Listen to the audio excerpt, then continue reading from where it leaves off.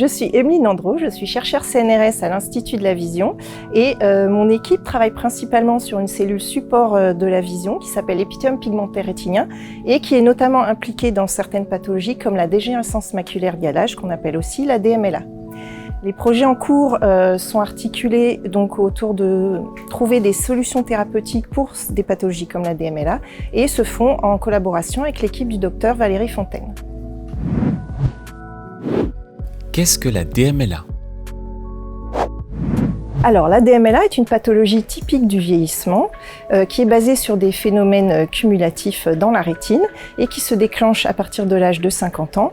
Donc, elle a un gros impact sociétal puisque nous avons environ 1,5 million de personnes atteintes en France actuellement et nous avons aussi plus de 3000 cas qui se déclenchent par an. Donc, un gros impact au niveau de la santé publique avec le vieillissement actuel de la population. Donc, ce qu'il faut savoir, c'est que cette pathologie touche la zone centrale de la vision, donc au niveau de la macula, et ceci a un gros impact au niveau de la qualité de vie des patients puisqu'ils ont du mal à lire, à reconnaître leurs proches, voire à conduire. Donc des approches thérapeutiques qui pourraient permettre d'allévier ces pathologies visuelles pourraient avoir un grand impact au niveau de la qualité de vie des patients au quotidien. Que se passe-t-il au niveau de la rétine quand la maladie se déclenche ? Alors la vision est principalement effectuée au niveau des photorécepteurs et face à ces photorécepteurs se trouvent donc les épithéliums pigmentaires rétiniens qui est donc une cellule support qui va nourrir ces cellules et aussi évacuer ces déchets.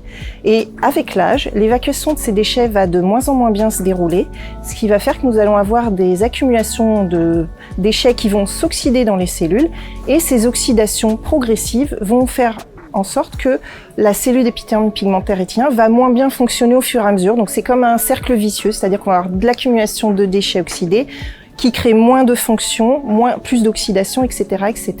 Et au final, cela va conduire, donc une fois qu'on aura dépassé un certain seuil dans la cellule, à la mort des photorécepteurs et de l'épithélium pigmentaire rétinien. Quels sont les facteurs aggravants de la DMLA ? Donc la DMLA est une pathologie qu'on appelle multifactorielle, c'est-à-dire que plusieurs facteurs vont contribuer à cette pathologie, comme par exemple l'hygiène de vie, l'alimentation ou même des facteurs génétiques. Donc il y a par exemple des variants génétiques qui vont multiplier par 250 le risque de développer cette pathologie. Un autre facteur aggravant très important est le tabagisme, puisqu'il peut multiplier environ par 4 le risque de développer la dégénérescence maculaire liée à l'âge. D'autres facteurs comme l'hypertension, l'obésité ou le fait d'avoir une alimentation trop grasse peuvent aussi contribuer au développement de cette pathologie. Donc c'est pour ça que nous insistons sur le fait que le côté alimentaire est très important dans la prévention de cette pathologie. Quels sont les traitements éventuels de la DMLA ? Donc, dans le cadre des développements tardifs de la DMLA, nous avons deux catégories de pathologies. Donc, nous avons la DMLA sèche ou atrophique qui va toucher 90% des patients et la DMLA humide néovasculaire qui va toucher 10% des patients. Donc pour ces 10% de patients atteints de pathologie néovasculaire, il y a des traitements qui ont été mis en place et qui sont assez efficaces et qui visent à bloquer le développement et la prolifération de ces néovaisseaux. Donc ceci est à base de molécules qui sont soit injectées en intraoculaire ou qui vont être administrées par des approches de thérapie génique. Par contre, dans le cadre de la DMLA sèche, les seules approches qui pourraient exister sont en cours d'exploration actuellement dans les laboratoires, donc il n'y a pas vraiment de traitement en place pour le moment. Parlez-nous de votre projet. Quels sont vos objectifs ? Alors, comme je vous ai détaillé précédemment, donc les premières étapes de la DMLA sont basées sur des phénomènes d'oxydation dans les cellules. Et notre but est donc de combattre ces oxydations afin de pouvoir reculer le seuil de déclenchement pathologique de 10, 15 ou 20 ans, ce qui serait amplement suffisant au niveau de la vie quotidienne des patients. Donc ce sont des approches qui ont déjà commencé à être explorées il y a quelques années avec certaines molécules et qui montraient des potentialités très intéressantes dans certaines catégories de population. Donc nous, notre but est d'identifier la bonne combinaison de molécules qui pourrait permettre de reculer le déclenchement ou carrément de bloquer le déclenchement pathologique, sachant que ces approches sont très intéressantes puisqu'elles sont non invasives et assez faciles à administrer. Existe-t-il des aliments à privilégier pour prévenir la DMLA ? Donc il y a plusieurs études qui montrent l'intérêt d'une bonne alimentation dans la DMLA. En effet, des populations qui vont absorber de grandes quantités de poissons ou d'oméga 3 vont voir le risque de développer la DMLA chuter de 25 à 40%, ce qui n'est pas négligeable. De même, il y a d'autres études qui ont montré que les antioxydants qui sont exprimés dans la rétine, puisqu'ils y sont de manière naturelle, vont avoir tendance à diminuer avec l'âge.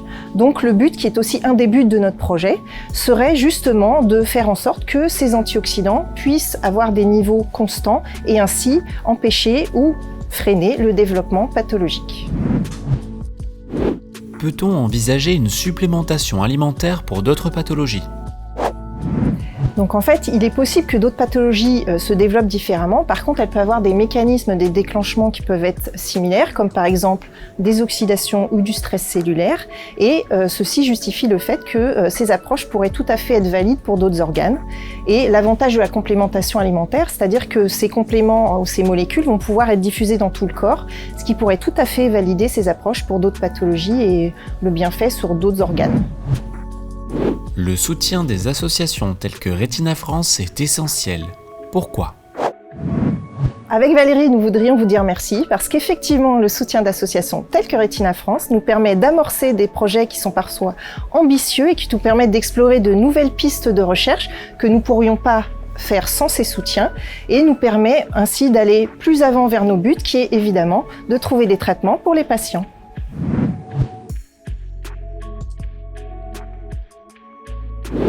Retina France fonctionne avec vos adhésions, dons et legs. Pour soutenir l'association, rendez-vous sur retina.fr.